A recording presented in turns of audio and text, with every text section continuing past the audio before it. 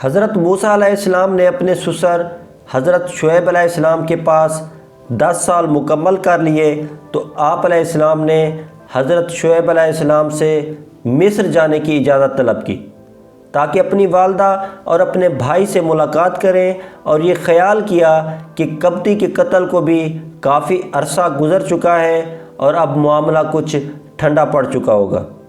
حضرت شعیب علیہ السلام نے آپ کو اجازت دے دی۔ آپ علیہ السلام نے اپنی اہلیہ کو ساتھ لیا، ایک سواری اور کچھ بکریاں بھی ساتھ تھیں۔ مختصر سامان سفر ضروریات کے لیے ساتھ کیا، اور شام کے بادشاہوں کے خطرہ کے پیش نظر آپ علیہ السلام نے عام راستہ کو چھوڑ کر ایک اور صحرائی راستہ اختیار کیا۔ راستہ بھی بھول گئے، آپ علیہ السلام کی بکریاں وغیرہ بھی متفرق ہو گئیں، پانی وغیرہ بھی پاس نہیں تھا۔ طور پر غربی جانب وادی طوہ میں جب آپ علیہ السلام پہنچے تو جمعہ کی رات کو، جو بہت زیادہ سرد تھی، آپ علیہ السلام کے بیٹے کی پیدائش ہوئی۔ آپ علیہ السلام نے طور کی بائیں جانب راستہ میں آگ دیکھی تو اپنی زوجہ کو کہا کہ تم یہاں ہی ٹھہرو کہ میں وہاں سے آگ کی چنگاری لے آؤں، یا وہاں سے آگ سلگا کر لاؤں تاکہ تم آگ تاپ سکو اور سردی کم محسوس کرو۔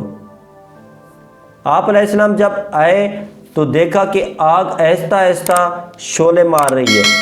جب قریب آئے تو آگ نے شدت اختیار کر لی، بہت بڑی شعلے مارنے والی آگ نظر آئی۔ عجیب منظر یہ تھا کہ آگ ایک درخت سے نکل رہی تھی۔ آگ جتنی زیادہ ہوتی چلی جاتی، اسی طرح درخت کے پتے بھی زیادہ سبز ہوتے چلے جاتے۔ آپ علیہ السلام اسی سوچ میں کچھ دیر تک گم رہے کہ آگ کی شدت کہاں اور درخت کے پتوں کا سبز ہونا کہاں۔ کافی دیر سوچنے کے بعد اگرچہ ذہن نے کوئی فیصلہ نہ کیا، تاہم خیال کیا کہ آگ سلگا کر لے جاؤں۔ جب آپ علیہ السلام ارادہ کرتے ہیں کہ آگ سلگاؤں تو آگ دور ہو جاتی ہے، پھر سوچ میں گم ہو جاتے ہیں۔ حضرت موسیٰ علیہ السلام آگ سے مزین درخت کے عجیب منظر سے سوچ میں گم تھے کہ آپ علیہ السلام کو آواز دی گئی، اے موسیٰ، بے شک میں تیرا رب ہوں، تو اپنے جوتے اتار ڈال، بے شک تو پاک جنگل طوہ میں ہے۔ اللہ تعالیٰ نے آپ کو اپنے فضل و کرم سے یہ علم دے دیا کہ آپ علیہ السلام نے آواز کو سن کر سمجھ لیا اور یقین کر لیا کہ یہ میرے رب ہی کی آواز ہے۔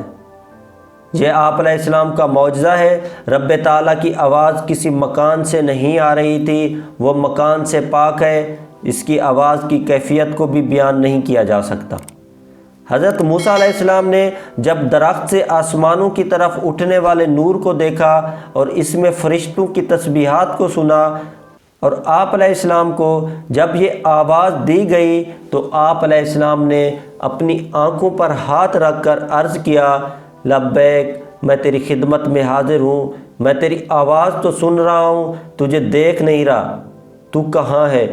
رب تعالیٰ کی طرف سے آواز آئی، میں تمہارے پاس ہوں، تمہارے سامنے ہوں، تمہارے پیچھے ہوں، تمہارا احاطہ کیے ہوئے ہوں، اور تم سے بھی تمہارے زیادہ قریب ہوں۔ آپ علیہ السلام نے تمام وسوسے بالائے طاق رکھتے ہوئے کہا، میں اللہ تعالیٰ کی آواز کو اپنے اوپر سے، اپنے نیچے سے، اپنے پیچھے سے، اپنے دائیں طرف سے اور اپنے بائیں طرف سے ایسے ہی سن رہا ہوں جیسے سامنے سے سن رہا ہوں۔ مجھے یقین ہو گیا ہے کہ یہ کلام مخلوق میں سے کسی کا بھی نہیں ہو سکتا۔